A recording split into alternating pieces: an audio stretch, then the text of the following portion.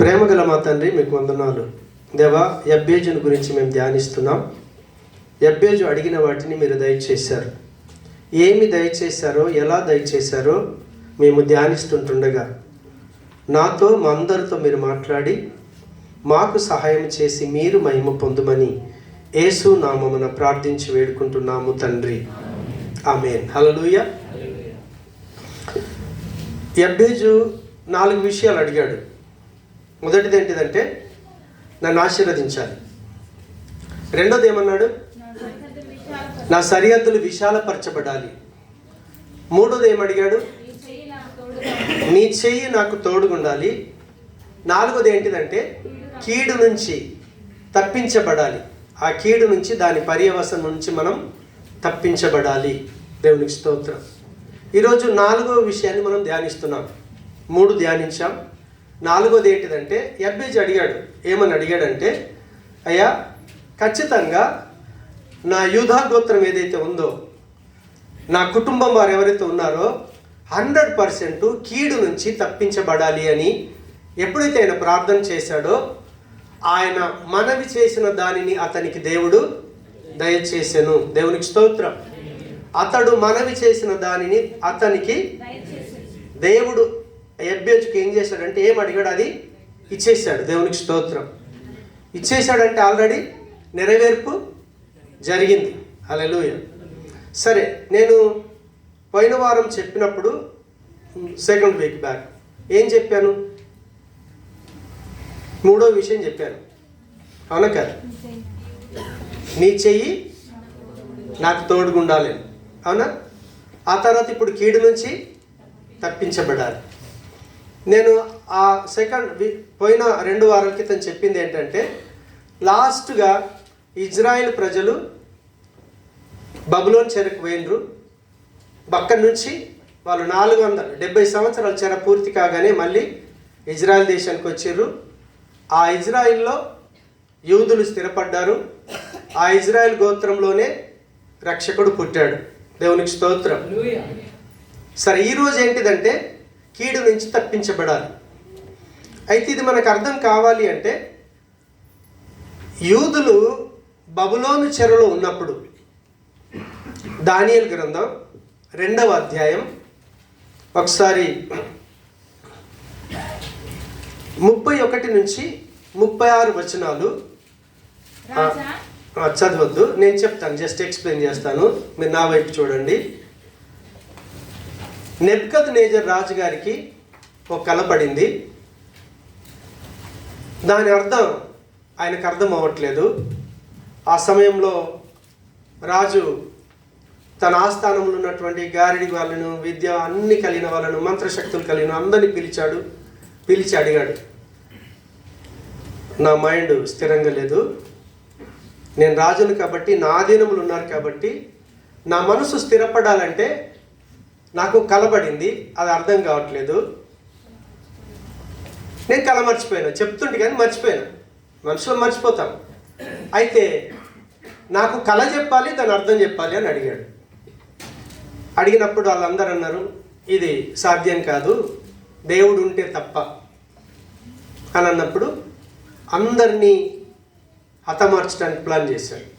మీరు చెప్పినప్పుడు మీరు మా రాజ్యంలో ఉండడం కూడా వేస్ట్ కాబట్టి, మీకు ఇన్ని డబ్బులు ఇచ్చి పోషించడం వ్యర్థం కాబట్టి మిమ్మల్ని క్లోజ్ చేస్తానని ఎప్పుడైతే తను ఒక తీర్మానం తీసుకున్నాడో, ఆ సమాచారం దానియేలు గారికి తెలియపరచబడటం, తన స్నేహితుల ప్రార్థన వస్తది కోరాడు. దేవుడు అద్భుతంగా చూపించాడు. ఏమని చూపించాడు అని అంటే, ఒక పెద్ద విగ్రహం ఉంది.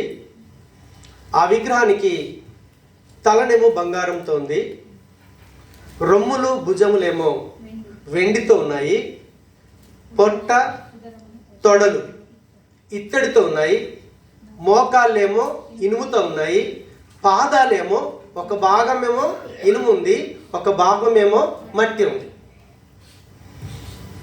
రాజా, నీకు ఇలా కనిపించింది కదా అని అడిగాడు. ఎస్, 100% అలాగే కనిపించింది నాకు. దేవునికి స్తోత్రం.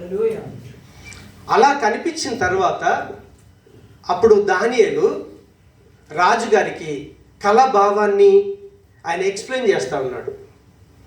దాన్ని వివరిస్తూ ఉన్నాడు. ఏమని వివరిస్తున్నాడంటే, మొదటిది దానియేలు గ్రంథం 2వ అధ్యాయం 38వ వచనం ఒకసారి చూద్దాం. ఆయన మనుషులు నివసించు ప్రతి స్థలమందులో మనుషులనేమి భూజంతువులనేమి ఆకాశ పక్షులనేమి అన్నింటినీ ఆయన తమరి చేతికి అప్పగించి ఉన్నాడు. వారందరి మీద తమరికి ప్రభుత్వం అనుగ్రహించి ఉన్నాడు. తామే ఆ బంగారపు శిరస్సు. హల్లెలూయా. కింద 37వ వచనంలో కూడా ఏమి ఎక్స్ప్లెయిన్ చేస్తాడంటే, పరలోకమందున్నటువంటి దేవుడు ఉన్నాడు కదా, ఆయన ఆ 37వ వచనంలో జరగబోయే విషయాన్ని మీకు చూపించాడు. రాజా, పరలోకమందున దేవుడు రాజ్యమును అధికారమును బలమును ఘనతయు తమరికి అనుగ్రహించి ఉన్నాడు. తమరు రాజులకు రాజై ఉన్నాడు. నీకు ఆ విగ్రహం కనిపించింది కదా, తలనేమో బంగారంతో ఉంది కదా, ఆ బంగారపు తల ఎవరు కాదు, మీరే. దేవునికి స్తోత్రం. బబులోనుకు యూదులు చెరగను పోయినప్పటికీ దాదాపుగా ఇంకా అంటే యేసుక్రీస్తు పుట్టకంటే 400 సంవత్సరాల ముందు. దేవునికి స్తోత్రం. హల్లెలూయా. సో ఆ రీతిగా దానియేలు చెప్పాడు, మీరు బంగారు శిరస్సు మీరే, కాబట్టి మీ రాజ్యం ఏం రాజ్యం అంటే బబులోను సామ్రాజ్యం. దానికి అధిపతి ఎవరు అంటే నెబుకద్నెజర్. దేవునికి స్తోత్రం. హల్లెలూయా. ఈ బంగారు శిరస్సు తర్వాత మళ్ళీ మీకు ఏం కనిపించిందంటే, ఆ విగ్రహానికి రొమ్ము ఉంది కదా, ఛాతి ఉంది, భుజాలు ఉన్నాయి కదా, అవేమో వెండివి. దేవునికి స్తోత్రం. సో వాటి గురించి ఏం చెప్తా ఉన్నాడంటే, దానియేలు గ్రంథం 2వ అధ్యాయం 39వ వచనం. తాము చనిపోయిన తరువాత తమరి రాజ్యం కంటే తక్కువైన రాజ్యం ఒకటి లేచును. అటు తరువాత లోకమంతా ఏలునట్టి మూడవ రాజ్యం ఒకటి లేచును. అది ఇత్తడి వంటి దగును. అంటే ఎప్పుడైతే నెబుకద్నెజర్ రాజు చనిపోతాడో, చనిపోయిన తరువాత ఈ 39వ వచనంలో ఇంకొక రాజు వస్తాడు. ఎవరు అంటే కోరేషు రాజు. దేవునికి స్తోత్రం. దాన్ని ఏం అంటారంటే మాదీయ పారసీక సామ్రాజ్యం. ఫస్ట్దేమో బబులోన్ సామ్రాజ్యం నంబర్ 1. నంబర్ 2 స్థానంలో పారసీక మాదీయ సామ్రాజ్యం ఉంటుంది. దాన్ని స్థాపించే వాళ్ళు ఎవరు అంటే కోరేషు. మనం ఎజ్రా 1వ అధ్యాయం 1వ వచనానికి వెళ్ళి చూస్తే అక్కడ స్పష్టంగా రాయబడి ఉంటుంది. హల్లెలూయా. సో ఈ 2వ రాజ్యం వస్తుంది. వాళ్ళు ఎవరు అని అంటే వెండి, భుజములు, రొమ్ము. నెబుకద్నెజర్ రాజ్యం క్లోజ్ అయిపోయింది, 2వ రాజ్యం వచ్చింది. ఆ 2వ రాజ్యం కూడా క్లోజ్ అయిపోయింది. దేవునికి స్తోత్రం. 2వ రాజ్యం క్లోజ్ అయిపోయిన తర్వాత 3వ రాజ్యం వస్తుంది. ఏంటిది? ఉదరము, తొడలు. హల్లెలూయా. మీరు ఇంటికి వెళ్ళిన తర్వాత దానియేలు గ్రంథం 2వ అధ్యాయం దాన్ని మొత్తం చదవండి దయచేసి, మీకు ఈజీగా అర్థమైపోద్ది. హల్లెలూయా. సో ఆ అర్థమైన దాన్ని మనం అర్థం చేసుకుంటే బైబిల్ చరిత్ర అంతా ఆదికాండం నుంచి ప్రకటన దాకా టోటల్గా అర్థమవుతుంది. ఈ 2వ అధ్యాయం టోటల్ మీరు చదివితే. దేవునికి స్తోత్రం. ఇప్పుడు 2వ రాజ్యం వస్తుంది. ఆ 2వ రాజ్యం కోరేషు రాజ్యం, మాదీయ పారసీక సామ్రాజ్యం. ఆ రాజ్యం తర్వాత 3వ రాజ్యం వస్తుంది. 3వ రాజ్యం ఏంటిదట? దానియేలు గ్రంథం 2వ అధ్యాయం 39వ వచనం మళ్ళీ చదువు. తాము చనిపోయిన తరువాత తమరి రాజ్యం కంటే తక్కువైన రాజ్యం ఒకటి లేచును. అటు తర్వాత లోకమంతా ఏలునట్టి మూడవ రాజ్యం ఒకటి లేచును. అది ఇత్తడి వంటిది అగును. దేవునికి స్తోత్రం. సో ఉదరము, తొడలు ఇత్తడితో కనిపించాయి. ఈ ఇత్తడి 3వ రాజ్యం. దేవునికి స్తోత్రం. ఈ మహారాజ్యాన్ని స్థాపించిన వాళ్ళు ఎవరంటే అలెగ్జాండర్ పేరు విననోళ్ళు ఉన్నారు. దేవునికి స్తోత్రం. గ్రీక్ సామ్రాజ్యం. ఫస్ట్దేమో బబులోన్ సామ్రాజ్యం, 2వది మాదీయ పారసీక సామ్రాజ్యం, 3వది గ్రీక్ సామ్రాజ్యం. దాన్ని స్థాపించింది ఎవరు అని అంటే అలెగ్జాండర్ దండయాత్ర చేస్తూ ఇండియాకు కూడా వచ్చి ఇండియాను కూడా జయించాడు, పంజాబ్ వరకు. దేవునికి స్తోత్రం.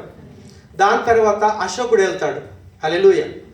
బైబిల్లో రాయబడిన ప్రతి విషయం చరిత్ర, హిస్టరీ ఉంది, కథలు కాదు, కథల పుస్తకం కాదు.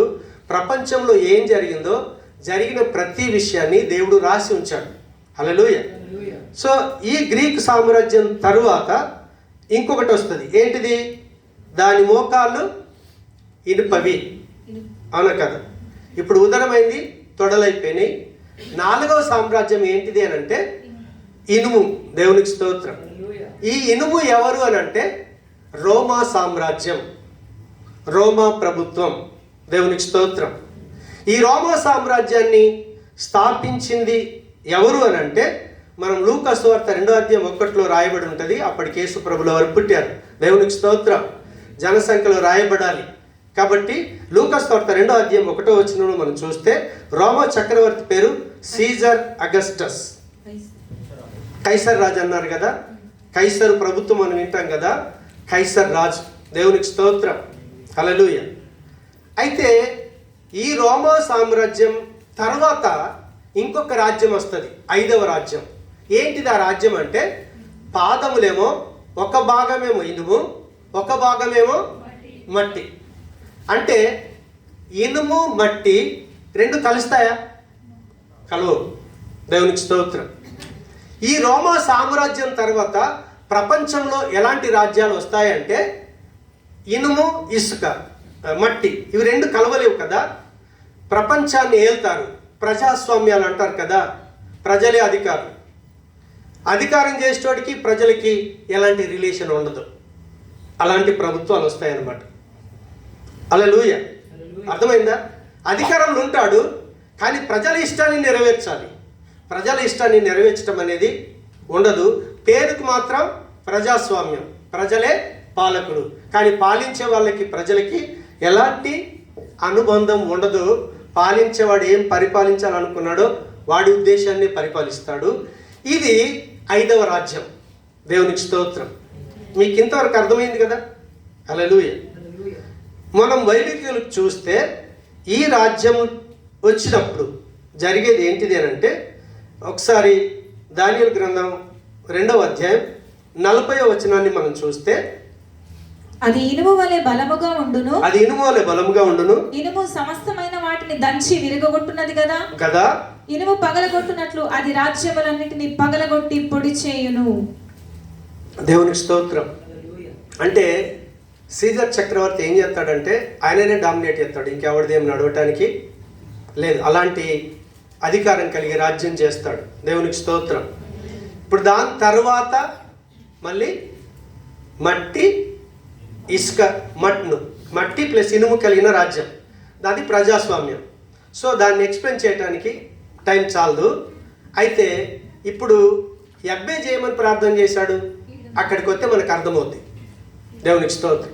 యబ్బేజు ఏం ప్రార్థన చేశాడంటే దేవా కీడు నుంచి నా కుటుంబం తప్పించబడాలి. దేవునికి స్తోత్రం. సరే కీడు ఎప్పుడు స్టార్ట్ అయింది చెప్తారా?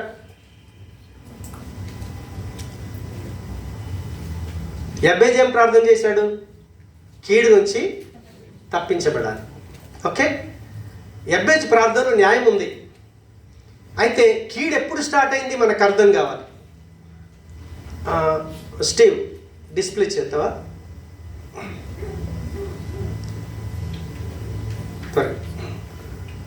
మీరు జవాబు చెప్పాలి. కీడు ఎప్పుడు స్టార్ట్ అయిందంటే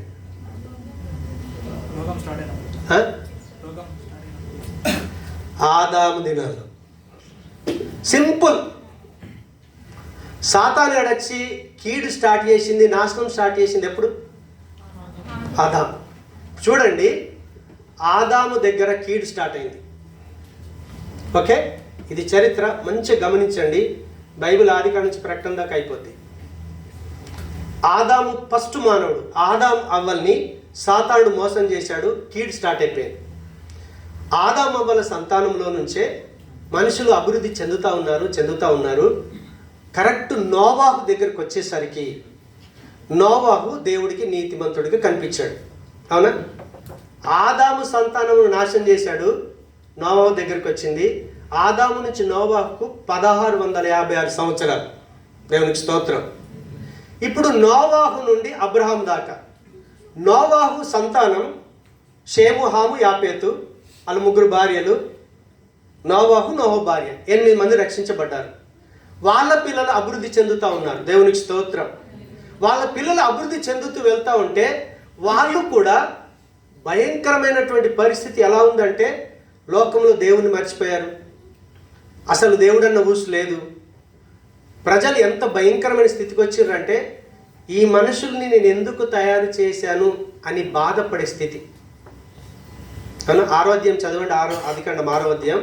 వాళ్ళని చేసినందుకు దేవుడు నొచ్చుకొని ఏం చేశాడంటే టోటల్గా జలప్రలయంతో అన్నీ క్లోజ్ చేశాడు. మళ్ళీ నోవాహు పిల్లలతో స్టార్ట్ చేశాడు. అబ్రహాము దగ్గరికి వచ్చేసరికి, దేవునికి స్తోత్రం, అబ్రహాం దగ్గరికి వచ్చేసరికి 427 సంవత్సరాలు అబ్రహామును దేవుడు పిలుచుకున్నాడు. ఆదికాండం 11వ అధ్యాయం ఎండింగ్ చదివి 12వ అధ్యాయం 1కి వచ్చేసరికి అబ్రహాముతో ఏమంటాడంటే నేను చూపించే దేశానికి నువ్వు బయలుదేరు. దేవునికి స్తోత్రం. ఇప్పుడు నోవాహు సంతానంలో నుంచి కూడా ప్రజలందరూ కీడైపోయారు, చెడిపోయారు. అందులో నుంచి అబ్రహామును దేవుడు పిలుచుకున్నాడు. దేవునికి స్తోత్రం. ఈ నోవాహు జలప్రలయం నుంచి, నోవాహు నుంచి అబ్రహాం దాకా 427 సంవత్సరాలు. ఓకే. ఇప్పుడు అబ్రహాము నుంచి మోషే దాకా 490 సంవత్సరాలు. అయితే అబ్రహామును పిలుచుకున్నాడు. అబ్రహాంకు ఎంతమంది భార్యలు? 3 భార్యలు. అందులో నుంచి షారా సంతానం ఎన్నుకున్నాడు. హగర్ సంతానం క్లోజ్ అయింది. ఇంకెవరో కెతూరా, పోయినసారి నేను ఎక్స్ప్లెయిన్ చేశాను. వాళ్ళ పిల్లలు అందరూ కూడా దేవునికి దూరమైన పరిస్థితి. దేవుడు వాగ్దానం చేశాడు ఏంటిదంటే ఇస్సాకు వలననైనది నా సంతానం. ఇప్పుడు ఇస్సాకు సంతానం నుంచి దేవుడు యాకోబునిచ్చాడు. హల్లెలూయా. యాకోబు సంతానంలో నుంచి వీళ్ళు ఏం చేశారంటే యాకోబు కనానులో ఉన్నప్పుడు కరువు వచ్చేసింది. టోటల్గా 72 మంది ఐగుప్తుకి వెళ్ళిపోయారు. యోసేపు రాజ్యం చేస్తా ఉన్నాడు అక్కడ, అవునా? సో అక్కడికి వెళ్ళిన తర్వాత యోసేపు ఎరగనటువంటి రాజు వచ్చేసాడు. ఇజ్రాయిల్ పరిస్థితి చాలా భయంకరంగా ఉంది. ఆ శ్రమలు అనుభవించలేని స్థితిలో ఉన్నారు. కరెక్ట్ ఆ సమయంలో మోషేను దేవుడు ఇస్తాడు. మోషే పుట్టాడు. నిర్గమకాండం 1వ అధ్యాయంకి వెళ్తే మీకు అది సరిపోద్ది. ఈ మోషే వరకు 490 సంవత్సరాలు. అప్పుడు ఆ ప్రజల్ని ఏమన్నారంటే హెబ్రీయులు అన్నారు. దేవునికి స్తోత్రం. ఇప్పుడు ఈ హెబ్రీయులు ఐగుప్తు దేశం నుంచి వెళ్ళిన తర్వాత ఐగుప్తు నుంచి దేవుడు ఏం చేశాడు? మళ్ళీ కనానుకు తీసుకొచ్చాడు. హల్లెలూయా. కనానుకు తీసుకొచ్చిన తర్వాత సొలొమోను రాజయ్యాడు. దయచేసి మోషే నుంచి సొలొమోను వరకు 490 సంవత్సరాలు మోషే ఏం చేశాడు? నడిపిస్తూ ఉన్నాడు. మోషే చనిపోయాడు. యెహోషును ఏర్పాటు చేసుకున్నాడు. యెహోషు ద్వారా కనాను దేశానికి పంపించాడు. ఈ ఇజ్రాయెల్ ప్రజలు అక్కడికి వెళ్ళిన తర్వాత వాళ్ళని అడిగే వాళ్ళు లేరు. యెహోషు కూడా చనిపోయాడు. అప్పుడు ప్రవక్తల్ని ఇచ్చాడు, న్యాయాధిపతుల్ని ఇచ్చాడు, ప్రవక్తల్ని ఇచ్చాడు. అయినా వాళ్ళు తప్పిపోతూ ఉంటే చివరికత్తే సమయల్ దగ్గరికి వచ్చేసరికి ఈ గొడవ వద్దురా బాబు, మాకు దేవుడు ఆధీనం కింద ఉంటే మాకు తెలియట్లేదు, మమ్మల్ని నడిపించే రాజు కావాలని రాజుని ఎన్నుకున్నారు. ఫస్ట్ రాజు పేరు సొలొమోను, సెకండ్ రాజు పేరు దావీదు, దావీదు తర్వాత సొలొమోను. సొలొమోన్ ఏంటిదో ఆ గోత్రాల గురించి నేను మనం 2 వారాల క్రితం ఎక్స్ప్లెయిన్ చేశాను, టైం లేదు కాబట్టి. ఈ సొలొమోను వీళ్ళని ఏమన్నారంటే అప్పుడు ఇజ్రాయేల్ ప్రజలు కనాను తీసుకొచ్చారు, ఒక చక్క టెంపుల్ కట్టుకున్నారు, మళ్ళీ పాపం చేశారు. పాపం చేస్తే ఇజ్రాయేల్ దేశాన్ని 10 గోత్రాలు ఒకటైంది, 2 గోత్రాలు ఒకటైనాయి. ఉత్తర రాజ్యం, దక్షిణ రాజ్యం. ఉత్తర రాజ్యాన్ని కూడా దేవుడు ఎక్కడ పంపించాడు? అష్షూరు చెరకు పంపించాడు. యూదుల్ని ఎక్కడికి పంపించాడు? బబులోను చెరకు పంపించాడు. ఈ బబులోను చెరలో వాళ్ళు ఏం చేశారంటే ఈ ఎస్తేరు టైం నాటికి 490 సంవత్సరాలు. ఓకే. ఈ 490 సంవత్సరాలు అయిన తర్వాత ఆయన ఇందాక మనం ఎజ్రా ఒకటి చెప్పాను కదా, ఎజ్రా, నెహెమ్యా, ఎస్తేరు. ఎజ్రా నెహెమ్యాలో వచ్చటం, మందిరం కట్టుకోవటం, మళ్ళీ యూదులు రావటం, మందిరం కట్టుకొని అక్కడ స్థిరపడటం, అలా జరిగింది. యేసు ప్రభుల వారు పుట్టాడు, 33.5 సంవత్సరాలు బతికాడు, శిలువలో చనిపోయాడు. అది 490 సంవత్సరాలు. ఎస్తేరు నుంచి యేసు ప్రభు చనిపోయేదాకా శిలువ మీద. ఇప్పుడు టోటల్గా 4043 సంవత్సరాలు. కీడు ఎప్పుడు స్టార్ట్ అయింది? 4043 సంవత్సరాల క్రితం కీడు స్టార్ట్ అయింది.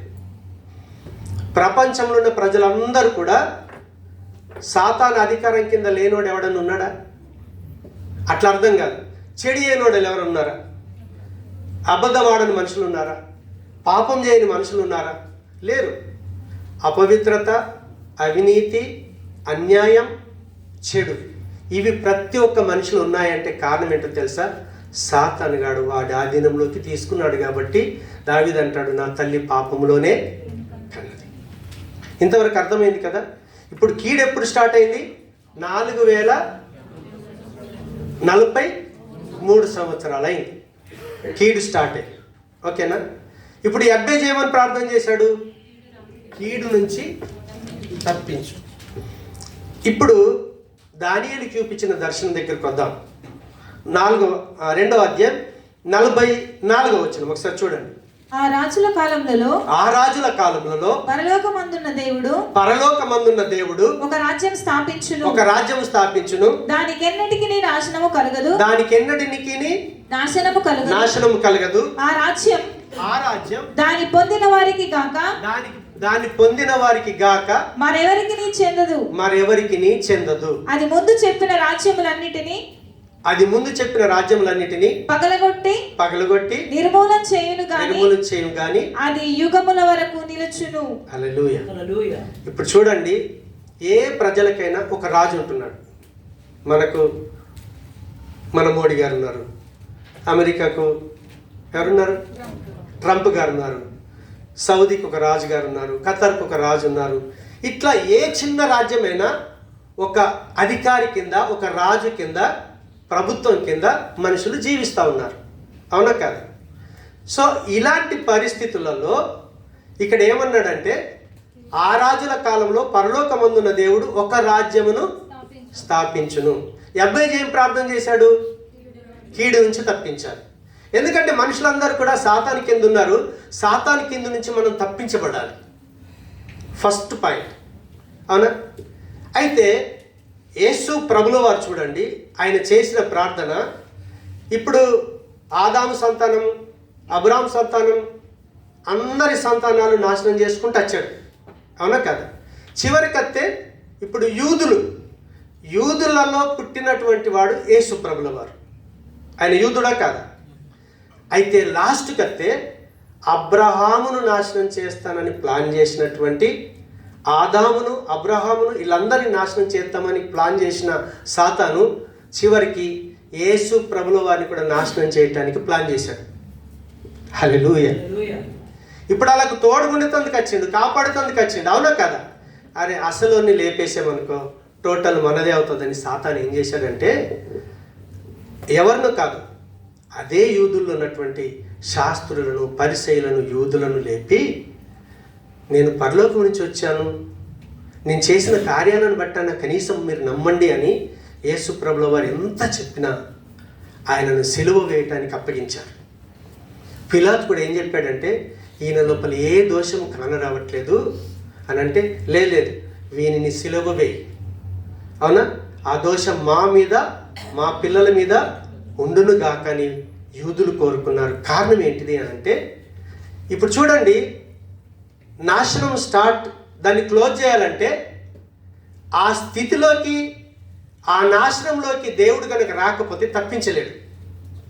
మనుషులకు నాశనం వచ్చింది, ఆ నాశనమయ్యే స్థితిలోకి ఆయన దిగితే తప్ప, ఆ నాశనాన్ని ఆయన ఫేస్ చేస్తే తప్ప, ఎదుర్కొంటే తప్ప ఈ మనుషులను ఆయన విడిపించలేడు. అందుకని ప్రపంచాన్ని సృష్టించినటువంటి సృష్టికర్త అయినటువంటి దేవుడు ఆయన ప్రియమైన కుమారుడుగా యూదా గోత్రంలో పుట్టి, యూదా గోత్రంలో పెరిగి, యూదా గోత్రంలోనే ఆ యూదుల కొరకు, ప్రపంచం కొరకు ఆయన సిలువలో ఏమయ్యాడు? చనిపోయాడు. అంటే యేసు ప్రభుల వారు సిలువలో ఎప్పుడైతే చనిపోయాడో, కొలస్సీ 2:15 ఏముంటుందంటే, ఇప్పుడు వీళ్ళందరినీ నాశనం చేసినాడు ఎవడు? సాతాను గాడే కదా. అవునా? ఒకసారి పేతురుతో అంటాడు, పేతురు అడుగుతాడు, అడిగినప్పుడు పేతురుతో ఏమంటాడంటే, లూకా 22:31 అనుకుంటాను, పేతురు సాతానుడు మిమ్మల్ని ఏం చేయమన్నాడు తెలుసా? జల్లించమన్నాడు, కల చేయమన్నాడు, అలా కోరుకున్నాడు వాడు. కానీ నేను మీ కొరకు ఏం చేశాను తెలుసా? ప్రార్థన చేశాను. సాతాను కీడు చేస్తాడు కాబట్టి ఆ కీడు నుంచి మీరు తప్పించబడాలని నేను ప్రార్థన చేశాను. ఓన్లీ ప్రార్థన చేయటమే కాదు, ఆయన చివరికి సిలువ మీదకెక్కి సాతానుగాడు ఆడి దగ్గర ఉండే ఆయుధాలు ఏంటో తెలుసా? నిందించటం, అవమానపరచటం, హేళన చేయటం, అబద్ధాలు మోపటం, ఇవన్నీ కూడా యేసు ప్రభుల వారి మీద డైరెక్ట్ మోపబడేటట్టుగా అక్కడ ఆ సిలువ కార్యం చూడండి. అన్నీ ఆయన మీద చెప్పినవన్నీ అబద్ధాలే. దేవునికి స్తోత్రం. పిలాతు అంటాడు, మీరు ఇన్ని నేరాలు మోపుతున్నారు, ఒక్కటి కూడా ప్రూఫ్ కాలేదు. రీజన్ ఏంటి అంటే యూదా గోత్రాన్ని కాపాడాలి. యబ్బేజు ప్రార్థన చేశాడు. అదే యూదా గోత్రంలో సృష్టికర్త అయిన దేవుడు పుట్టి శిలువ మీదకి ఎక్కి ఆ కీడుకు, పాపానికి జీతం మరణం కాబట్టి, మరణం అనేది సాతానుగాడి ద్వారా వచ్చింది కాబట్టి వారిని చాప్టర్ క్లోజ్ చేయడం కొరకని సిలువలో యేసు ప్రభుల వారు చనిపోయి సమాధి చేయబడి ఆయన 3వ దినమున లేచి ప్రజలందరికీ కనిపించి ఆయన పరలోకానికి ఆరోహణుడై పరిశుద్ధాత్ముడిగా ఎప్పుడైతే వచ్చారో అప్పుడు యేసు ప్రభును నమ్మిన ప్రతి ఒక్కరూ సాతాను నుంచి విడుదల పొందారు. సాతాను శక్తి నుంచి విడుదల పొందారు. ఇప్పుడు యబ్బేజు ఏమని ప్రార్థన చేశాడు? కీడు నుంచి నా యూదా గోత్రం తప్పించబడాలి. యేసు ప్రభుల వారిని మొట్టమొదటి ఎవరు అంగీకరించారో తెలుసా? యూదులే అంగీకరించారు. యేసు ప్రభుల వారి శిష్యులు 12 మంది యూదులు, వాళ్ళు యేసు ప్రభును నమ్మి రక్షించబడ్డారు, కీడు నుంచి తప్పించబడ్డారు. అంటే రోమా సామ్రాజ్యం ఏలుతున్నప్పుడే అక్కడ దానియేలు ఆ దర్శనం లోపల, కళ్ళ లోపల ఏం చూపించాడు తెలుసా? రోమా సామ్రాజ్యం, రోమా ప్రభుత్వం జరుగుతున్నప్పుడే దేవుడు వచ్చి ఆయన ఒక రాజ్యాన్ని ఏం చేస్తాడు? స్థాపిస్తాడు. రోమా సామ్రాజ్యం ఉన్నప్పుడే దేవుని యొక్క రాజ్యం స్థాపించబడింది. అయితే అది ఎవరికట? ఒకసారి చదువు 44వ అధ్యాయం 44వ వచనం, దానియేలు 2వ అధ్యాయం 44వ వచనం. ఆ రాజుల కాలంలో ఆ రాజ్యము దాని పొందిన వారికి కాక మరెవరికి చెందదు. ఒక వ్యక్తి కీడు నుంచి తప్పించబడాలంటే ఆ వ్యక్తి ఇష్టపూర్వకంగా, బలవంతం కాదు, నాకు కావాలని ఎవరైతే కోరుకుంటారో వాళ్లకు మాత్రమే దొరుకుతుంది. సాతాను నుంచి తప్పించబడాలి, కీడు నుంచి తప్పించబడాలి, నాశనం లేని ఒక అద్భుతమైన జీవితం, నిత్యంగా ఉండే జీవితం కావాలనుకుంటే యేసు ప్రభుల వారు వచ్చి ఆ రాజ్యాన్ని స్థాపించాడు. దాన్ని ఎవరు కోరుకుంటారో వారికి మాత్రమే. ఫస్ట్ ఎవరు కోరుకున్నారు తెలుసా? యూదులు కోరుకున్నారు. పేతురు, యేసు ప్రభుల వారి శిష్యులందరూ, ఒక్క యూదా తప్ప, ఇస్కరియోతు యూదా తప్ప ఫస్ట్ రక్షించబడింది, కీడు నుంచి తప్పించబడ్డది ఎవరో తెలుసా? కేవలం యూదులు. అయితే దేవుని కృప చూడండి, యూదులు ఎప్పుడైతే యేసు ప్రభును తిరస్కరించారో అప్పుడు ఆ సువార్త పనికిరాని మన దగ్గరికి వచ్చింది, అన్యుల దగ్గరికి వచ్చింది. ఇప్పుడు యూదులకు ఏ రీతి కీడు నుంచి తప్పించి శాశ్వతమైన దేవుని యొక్క రాజ్యంలో దేవుడు అవకాశం ఇచ్చాడో, ఇప్పుడు అదే రాజ్యంలో అడుగు పెట్టడానికి పనికిరాని మనకు దేవుడు అవకాశం ఇచ్చాడు.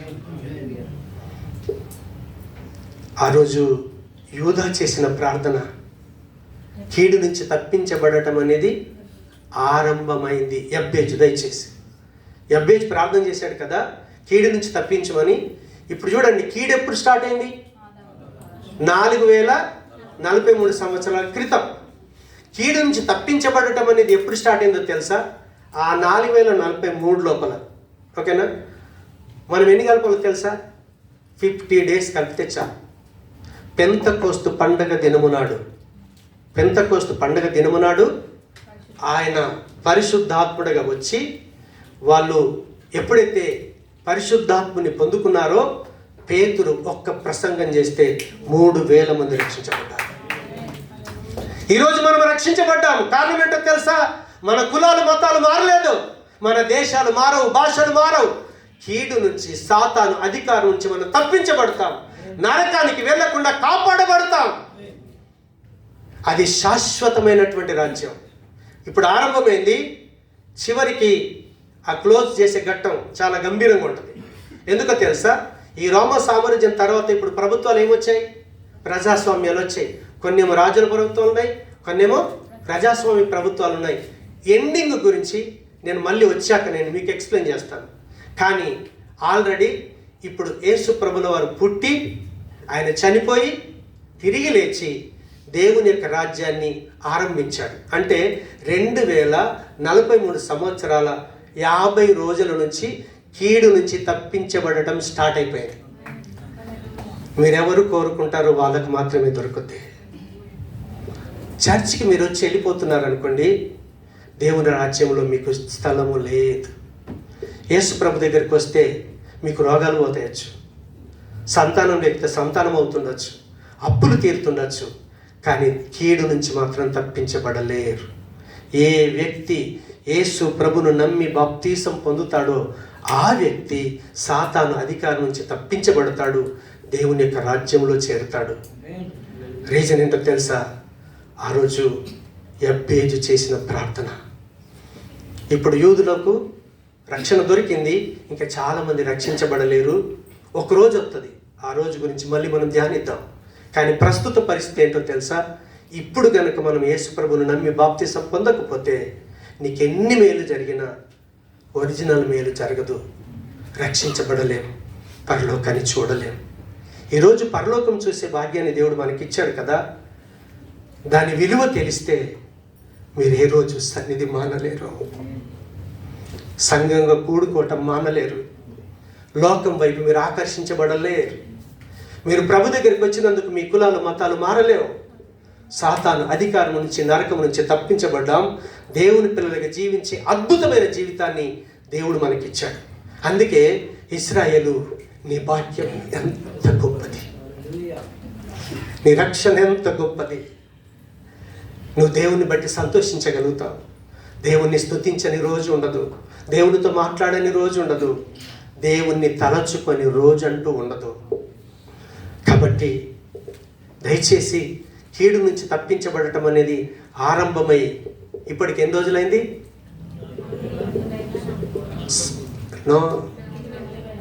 యేసుప్రభు పుట్టి ఎన్ని సంవత్సరాలైంది? 2000. పుట్టిన 33 సంవత్సరాలు తీసే, 50 రోజులు తీసే, ఆ రోజు నుంచే స్టార్ట్ అయిపోయింది. హల్లెలూయా. అప్పటి నుంచి స్టార్ట్ అయ్యి మన ముందర ఉంది. కానీ ఎవరు ఇష్టపడతారో, ఎవరు అంగీకరిస్తారో వారికి మాత్రమే దేవుని రాజ్యంలో చోటు ఉంది. కోరుకుంటారా కోరుకోరా అది మీ ఇష్టం. ప్రభువును నమ్మి బాప్తిసం పొందుతారా పొందరా అది మీ ఇష్టం. ఎవరైతే యేసు ప్రభువును నమ్మి బాప్తిసం పొందుతారో వారు రక్షించబడతారు. నమ్మని వారికి శిక్ష మిగిలి ఉంది, శిక్ష మిగిలి ఉంది. శిక్ష కావాలో రక్షణ కావాలో కోరుకోవాల్సింది మనమే. అయితే రక్షించబడినటువంటి మనం ఈరోజు ప్రభు బలలో పాలు పొందబోతా ఉన్నాం. మన జీవితం ఏ విధంగా ఉంది, మనని మనం విమర్శ చేసుకుందాం. ప్రేమగల మా తండ్రి, కీడు ఆరంభమై 4000 సంవత్సరాలు అవుతా ఉంది. కానీ కీడు నుంచి తప్పించబడటం దగ్గర 2000 సంవత్సరాలు అవుతా ఉంది. నీ బిడ్డలు నిర్లక్ష్యం చేయకుండా కీడు నుంచి తప్పించబడుటకు నీ బిడ్డల హృదయాలను తెరవండి. నిన్ను కోరుకునే జీవితం దయచేయి. మీ గొప్ప రక్షణనిచ్చి నీ మహిమకు బిడ్డలను సాక్షులుగా నిలబెట్టుమని యేసు నామమున ప్రార్థిస్తున్నాను తండ్రి. ఆమేన్.